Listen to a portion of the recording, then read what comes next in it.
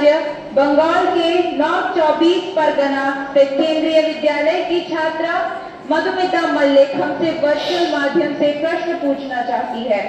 मधुमिता, कृपया अपना प्रश्न पूछिए। माननीय प्रधानमंत्री महोदय, नमस्कार। मेरा नाम मधुमिता मल्लिक है। मैं पीएम श्री केंद्रीय विद्यालय बैरकपुर थलसेना कोलकाता संभाग की 11वीं विज्ञान की छात्रा हूँ। मेरा आपसे यह प्रश्न है, आप उन छात्रों को क्या सलाह देना चाहेंगे जो अपने करियर के बारे में अनिश्चित है या किसी विशेष करियर या पेशे को चुनने के बारे में दबाव महसूस करते हैं? कृपया इस विषय पर मुझे मार्गदर्शन करें। धन्यवाद महोदय। धन्यवाद मधुमिता। पीएम सर, भगवान कृष्ण की उपदेश भूमि, वीर बहादुर खिलाड़ियों के प्रदेश हरियाणा पानीपत के द मिलेनियम स्कूल की छात्रा अदिति तनवर ऑनलाइन माध्यम से जुड़ी हुई है और आपसे मार्गदर्शन चाहती है। अदिति, कृपया अपना प्रश्न पूछिए। माननीय प्रधानमंत्री जी, नमस्कार। मेरा नाम अदिति तन्वर है और मैं the millennium school Panipat Haryana की कक्षा 11वीं की छात्रा हूँ। मेरा आपसे प्रश्न यह है कि मैंने ह्यूमैनिटीज को अपने विषय के रूप में चुना है और लोग रोज मुझ पर ताने कसते हैं।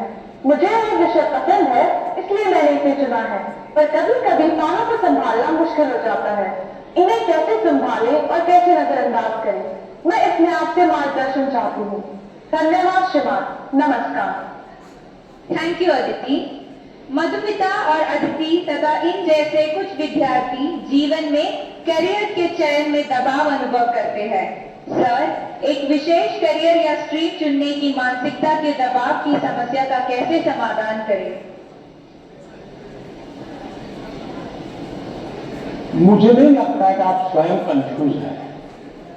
आप स्वयं उलझन में ऐसा मुझे नहीं लगता है। हकीकत यह है कि आपको अपने पर भरोसा नहीं है। आपका अपने सोचने के संबंध में दुविधा है और इसलिए आप 50 लोगों को पूछते रहते हैं, क्या लगता है ये करूं तो, क्या लगेगा ये करूं। आप खुद को जानते नहीं हैं और उसके कारण आप किसी के एडवाइस पर डिपेंडेंट रहते हो और जो व्यक्ति ज्यादा अच्छा लगता है आपको और जो एडवाइस आपको सबसे सरल लगती है, आप उसी को एडॉप्ट कर लेते हो। अब जैसे मैंने कहा कि खेलो, और बहुत कुछ होंगे जो आज कल बहुत लेकर के घर जाएंगे। मोदी जी ने कहा है खेलो खेलो खेलो खेलो, अब मैं पढ़ूंगा नहीं बस, क्यों? उसने अपनी चीज पसंद कर ली है। मैं समझता हूं कि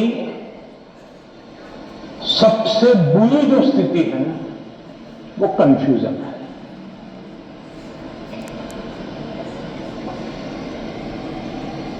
अनिर्णायकता है। अनिर्णायकता आपने देखा होगा, पुराने जमाने में से कथा चलती थी, कोई गाड़ी लेकर के जा रहा था और कुत्ता तय नहीं कर पाया, इधर जाओ उधर जाओ, और आखिरकार वो नीचे आ गया। यही होता है, अगर उसको पता है कि मैं उधर चला जाऊं तो हो सकता है कि वो ड्राइवर भी उसको बचा ले, क्योंकि इधर गया इधर गया इधर गया तो ड्राइवर कितना ही एक्सपर्ट होगा नहीं बचा पाएगा।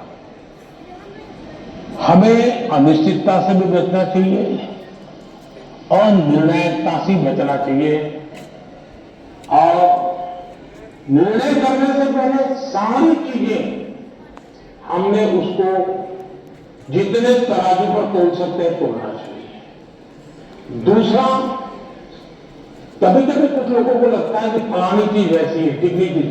अब मुझे बताइए, स्वच्छता का विषय अगर प्रधानमंत्री के रूप में देखें तो बहुत मामूली विषय है कि नहीं है? बहुत मामूली विषय है कि नहीं है? कोई भी कहेगा आप पीएम को इतने सारे काम हैं, ये स्वच्छता करता रहता है, लेकिन जब मैंने उसके अंदर अपना मन लगा दिया, हर बार मैंने उसको अपना एक महत्व का साधन बना दिया, आज स्वच्छता देश का प्राइम एजेंडा बन गया कि नहीं बन गया? स्वच्छता तो छोटा विषय है, लेकिन अगर मैं उससे जान मैंने भर दी तो वो बहुत बड़ा बन गया। इसलिए हम ये न सोचे, आपने देखा होगा, कल मैं पूरा तो पढ़ नहीं पाया, लेकिन मेरा नजर गई कि किसी ने कहा है कि पिछले 10 साल में आर्ट और कल्चर के क्षेत्र में भारत का मार्केट 250 गुना बढ़ गया है। अब आज से पहले तो पेंटिंग करता तो माँ बाप कहते पहले पढ़ाई करो, वैकेशन में पेंटिंग करना। उसको लगता ही नहीं था कि पेंटिंग भी जीवन में बहुत बड़ा विषय हो सकता है। और इसलिए हम किसी चीज को कम ना आके, हमारे में दम होगा तो हम उसको जान भर देंगे। हमारे में सामर्थ्य होना चाहिए, और जो चीज हाथ में लें उसमें जी जान से जुट जाए। हम आधे अधूरे, यार उसने ये लिया, मैं ये लेता तो शायद अच्छा होता, उसने ये लिया, मैं ये लेता तो अच्छा होता। ये उलझन आपको बहुत संकटों में डाल सकती है। दूसरा विषय है कि आज नेशनल एजुकेशन पॉलिसी ने आपके लिए बहुत सुविधा कर दी है। आप एक क्षेत्र में बढ़ रहे हैं, लेकिन आपको कहां मन कर गया चलो एक और ट्राई करना है, तो आप शिफ्ट कर सकते हैं, आपकी राह बदल सकते हैं। आपको किसी पर बन रहने की जरूरत नहीं है, आप अपने आप प्रगति कर सकते हैं। और इसलिए अब शिक्षा में भी बहुत से, आज मैं भी एग्जीबिशन देख रहा था, मैं देख रहा था कि बच्चों की प्रतिभा जिस प्रकार से प्रकट हुई है, प्रभाव करने वाली है। सरकार का आईएनबी मिनिस्ट्री सरकार की योजनाओं को कम्युनिकेट करने के लिए जो करे, उससे ज्यादा मैंने देखा इन बच्चों ने बहुत अच्छा किया है। नारी शक्ति का महत्व इतने बढ़िया तरीके से रखा है। इसका मतलब ये हुआ कि किसी भी हालत में हमें निर्णायक होना ही चाहिए, और एक बार निर्णायक होने की आदत लग जाती है ना, फिर कंफ्यूजन नहीं रहता है। वरना तो आपने देखा होगा कि कभी हम रेस्टोरेंट में चले जाए परिवार के साथ, आप याद कीजिए, आप, मुझे तो वो मौका नहीं मिलता है, लेकिन आपको मिलता होगा। रेस्टोरेंट में जाते होंगे, पहले आप सोचते होंगे मैं ये मंगवाऊंगा, फिर बगल वाले टेबल पर कुछ देखते हैं तो कहता है नहीं ये नहीं, ये मंगवाऊंगा। फिर वो बैरा जो है कुछ और ट्रे में लेके जाकर दिखता है मुझे, यार ये कुछ और है, नहीं नहीं ये क्या है भाई, ये अच्छा मेरे को 2 कैंसल ये ले आओ। अब उसका कभी पेट ही नहीं भरेगा जी, उसको कभी संतोष नहीं होगा, और जिस डिश आएगी तो उसको लगेगा यार कि वो पहले वाला ले लिया होता तो अच्छा होता। जो लोग रेस्टोरेंट के डाइनिंग टेबल पर निर्णय नहीं कर पाते हैं, वो कभी रेस्टोरेंट का या खाने का आनंद नहीं ले सकते हैं। आपको निर्णय बनना पड़ता है।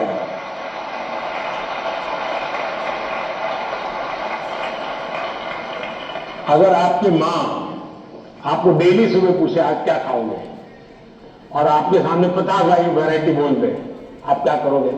घूम फिर करके आ जाओगे, रोज खाते हो वहीं बता के खड़े हो जाओगे। मैं समझता हूं कि हमें आदत डालनी चाहिए कि हम निर्णायक बने। निर्णय लेने से पहले 50 चीजों को हम बारीकियां कर देखें, उसके प्लस माइनस पॉइंट देखें, प्लस माइनस पॉइंट के लिए किसी से पूछे, लेकिन उसके बाद हम निर्णायक बने। और इसलिए कंफ्यूजन किसी भी हालत में आप किसी के लिए अच्छा नहीं है। अनिर्णायकता और खराब होती है, और उसमें से हमने बाहर आना चाहिए। Thank you.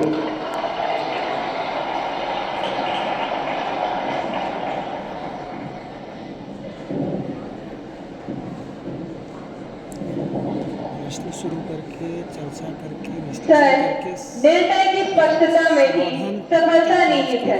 आपका यह कथन सदा याद रहेगा। धन्यवाद।